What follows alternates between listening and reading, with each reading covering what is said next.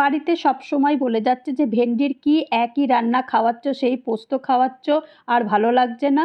তো আমি ভাবলাম যে চলো আজকে তাহলে ভেন্ডির একটু অন্যরকম খাবার তৈরি করি। তো ভেন্ডিগুলোকে ধুয়ে পরিষ্কার করে একটু ভেজে নিয়েছি। ওই তেলেতেই জিরে আর দুটো এলাচ, শুকনো লঙ্কা ফোড়ন দিয়ে পেঁয়াজ দিয়ে দিয়েছি। পেঁয়াজটা একটু ভাজা ভাজা করার পর জিরে, আদা বাটা আর রসুন বাটা দিয়েছি। তারপরে হলুদ গুঁড়ো, কাশ্মীরি লাল লঙ্কার গুঁড়ো, টমেটো কুচি, পরিমাণ মতো নুন, জিরের গুঁড়ো, ধনের গুঁড়ো, এগুলো দিয়ে ভালো করে মশলাটা কষিয়ে নিয়েছি।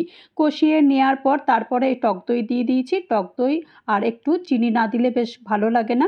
তো দিয়ে মশলাটা দেখো কষিয়ে নিয়েছি, তেলটাও বেরিয়ে গেছে। আর এই ফাঁকে একটা আমি ফ্রাই প্যানে আমি পেঁয়াজ, টমেটো, কাঁচা লঙ্কা এগুলো একটু হালকা হালকা করে তেলে একটু ভেজে নিয়েছি।